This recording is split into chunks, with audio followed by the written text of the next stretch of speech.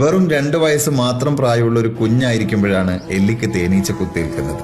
ആ തേനീച്ച കുത്ത് അവൾക്ക് അലർജിയായിരുന്നു. കുറെ ദിവസം ശ്വാസം കിട്ടാതെ അവൾ ഹോസ്പിറ്റൽ ബെഡിൽ കിടന്നു. അങ്ങനെ അവസാനം മരണത്തിന്റെ വക്കിൽ നിന്നാണ് അവൾ ജീവിതത്തിലേക്ക് തിരിച്ചു വന്നത്. അതിനുശേഷം എല്ലിയുടെ അമ്മ ഈ കുഞ്ഞൊരിക്കലും തേനീച്ചയുടെ ഭാഗത്തേക്ക് പോകാതെ ശ്രദ്ധിക്കുമായിരുന്നു. കാലം ഒരുപാട് കടന്നുപോയി. വർഷം 1996. ഇന്ന് 27 വയസ്സ് പ്രായമുള്ള 3 മക്കളുടെ അമ്മയാണ് എല്ലി ലോബൽ. ഒരു ദിവസം നോക്കുമ്പോൾ എല്ലിയുടെ ശരീരത്തിൽ ഇങ്ങനെ വലിയ ചുവന്ന റാഷസ്. അതെന്തെങ്കിലും സ്പൈഡർ കടിച്ചതായിരിക്കും എന്ന് വിചാരിച്ച് എല്ലി അങ്ങ് വിട്ടു.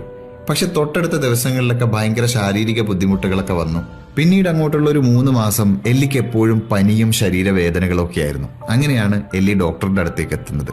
ആദ്യത്തെ ഡോക്ടർ ഡയഗ്നോസ് ചെയ്തിട്ട് പറഞ്ഞു ഇതൊരു തരം വൈറസ് ആണെന്ന്. പക്ഷെ ചികിത്സയൊന്നും ഫലം കാണാതെ വന്നപ്പോൾ അടുത്ത ഡോക്ടറുടെ അടുത്തേക്ക് പോയി. അതിനുശേഷം വേറൊരു ഡോക്ടറുടെ അടുത്തേക്ക് പോയി. അങ്ങനെ ഓരോരോ ഡോക്ടർമാരുടെ അടുത്തേക്ക് പോകുമ്പോഴും ഓരോരുത്തരും വേറെ വേറെ അസുഖങ്ങളാണ് ഡയഗ്നോസ് ചെയ്ത് പറഞ്ഞത്. പല ട്രീറ്റ്മെന്റുകളും ചെയ്തു നോക്കി. അങ്ങനെ മാസങ്ങൾ വീണ്ടും കടന്നുപോയി. ഏകദേശം 1 വർഷം എടുത്തു അസുഖം എന്താണെന്ന് കണ്ടെത്താൻ. എല്ലിയെ ബാധിച്ചത് ലൈം ഡിസീസ് ആയിരുന്നു. ഒരു തരം മാൻചെള്ള് കടിച്ചാലാണ് ഈ ലൈം ഡിസീസ് മനുഷ്യരെ ബാധിക്കുക. അമേരിക്കയിൽ ഓരോ വർഷവും 3 ലക്ഷത്തോളം ആൾക്കാരെ ലൈം ഡിസീസ് ബാധിക്കുന്നുണ്ട്. പക്ഷെ ആർക്കും തന്നെ യാതൊരു ബുദ്ധിമുട്ടും ഉണ്ടാവാറില്ല. കാരണം ബാക്ടീരിയ ശരീരത്തിന്റെ മറ്റ് ഭാഗങ്ങളിലേക്ക് ബാധിക്കുന്നതിന് മുമ്പ് എത്രയും പെട്ടെന്ന് തന്നെ ട്രീറ്റ്മെന്റ് എടുത്താൽ 1-2 ദിവസം കൊണ്ട് അത് ക്യൂർ ആവും. പക്ഷെ എല്ലിയുടെ കേസിൽ ഇത് ഒരുപാട് വൈകിപ്പോയി. 1 വർഷം കഴിഞ്ഞിട്ടാണ് ഇത് ലൈം ഡിസീസ് ആണെന്ന് പോലും തിരിച്ചറിയാൻ സാധിച്ചത്. പക്ഷെ എല്ലി ലോബൽ പരാജയം സമ്മതിക്കാൻ തയ്യാറായില്ല. ഓരോരോ ഡോക്ടർമാരെ മാറി മാറി എല്ലി ഇങ്ങനെ കൺസൾട്ട് ചെയ്തുകൊണ്ടേയിരിക്കും. പല ട്രീറ്റ്മെന്റുകൾ പരീക്ഷിക്കും. എല്ലിയുടെ ജീവിതം പിന്നീട് അങ്ങോട്ട് പലപ്പോഴും ബെഡിലും വീൽ ചെയറിലുമായി. അങ്ങനെ 15 വർഷങ്ങൾ കടന്നുപോയി. 2011 എല്ലിക്ക് അന്ന് പ്രായം 42. ഇനിയും ഈ ട്രീറ്റ്മെന്റ് തുടരുന്നതിൽ അർത്ഥമില്ല എന്നവർക്ക് തോന്നി.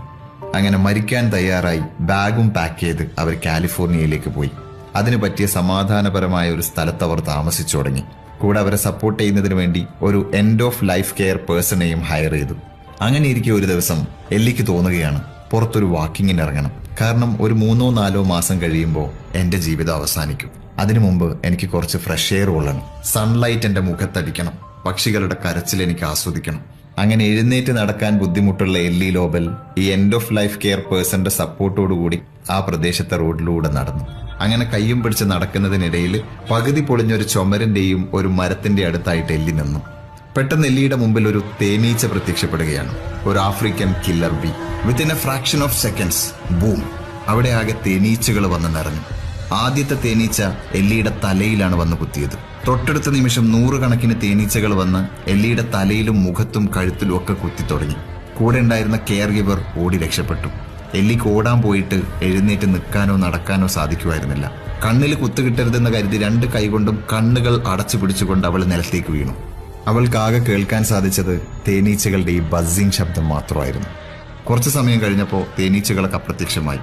അതിനുശേഷമാണ് കെയർ ഗിവർ രക്ഷിക്കാൻ വേണ്ടി ഓടിയെത്തുന്നത്. വന്ന ഉടനെ അവർ എല്ലിയോട് പറഞ്ഞു നമുക്ക് എത്രയും പെട്ടെന്ന് ഹോസ്പിറ്റലിലേക്ക് പോകാം. പക്ഷേ എല്ലി തയ്യാറായിരുന്നില്ല. കാരണം ഓൾറെഡി എല്ലി എല്ലാം തന്നെ ഉപേക്ഷിച്ച് മരിക്കാൻ തയ്യാറായിരിക്കുകയാണ്.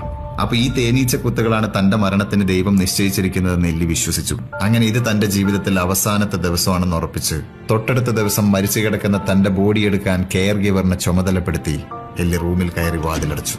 പക്ഷേ എല്ലിയുടെ കഥ അവിടെ അവസാനിച്ചില്ല. തൊട്ടടുത്ത ദിവസം എല്ലി ലോബൽ കണ്ണു തുറന്നു. പിന്നെയും ഒരു ദിവസം പിന്നിട്ടിട്ടും അവൾക്ക് ജീവൻ നഷ്ടപ്പെട്ടില്ല. 3-ാമത്തെ ദിവസമായപ്പോൾ അവൾക്ക് കുറച്ചുകൂടി ബെറ്റർ ആയിട്ട് ഫീൽ ചെയ്തു. കഴിഞ്ഞ 15 വർഷമായിട്ട് തന്നെ അലട്ടിയിരുന്ന ലൈം ഡിസീസിന്റെ ശാരീരിക ബുദ്ധിമുട്ടുകൾ കുറച്ച് കുറഞ്ഞതായിട്ട് അവൾക്ക് തോന്നി. അങ്ങനെയാണ് അവൾ ഗൂഗിളിൽ സെർച്ച് ചെയ്യുന്നത്. ഗൂഗിളിൽ വളരെ വിചിത്രമായ ഒരു സ്റ്റഡി അവൾ കാണുകയാണ്.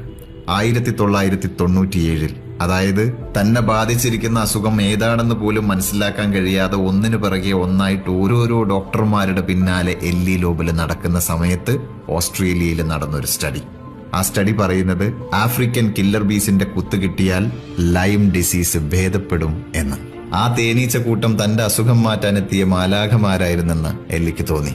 അതിനുശേഷം ഓരോ ദിവസം കഴിയും തോറും എല്ലി ലോബൽ കൂടുതൽ ആരോഗ്യവതിയായിട്ട് വന്നു. ഒരുപാട് ബ്ലഡ് ടെസ്റ്റുകളും മറ്റും പിന്നീട് നടത്തി നോക്കി. എല്ലാം നോർമലായിരുന്നു. അങ്ങനെ എല്ലി ലോബൽ പൂർണ്ണ ആരോഗ്യവതിയായി ജീവിച്ചു തുടങ്ങി. ഇന്നവര് ലൈം ഡിസീസിനുള്ള ബി വെനം തെറാപ്പിയുടെ ഫൗണ്ടറും ക്രിയേറ്ററുമാണ്. തേൻ മാത്രമല്ല, തേനീച്ചയുടെ കുത്തും ചിലപ്പോൾ ഔഷധമാണ്.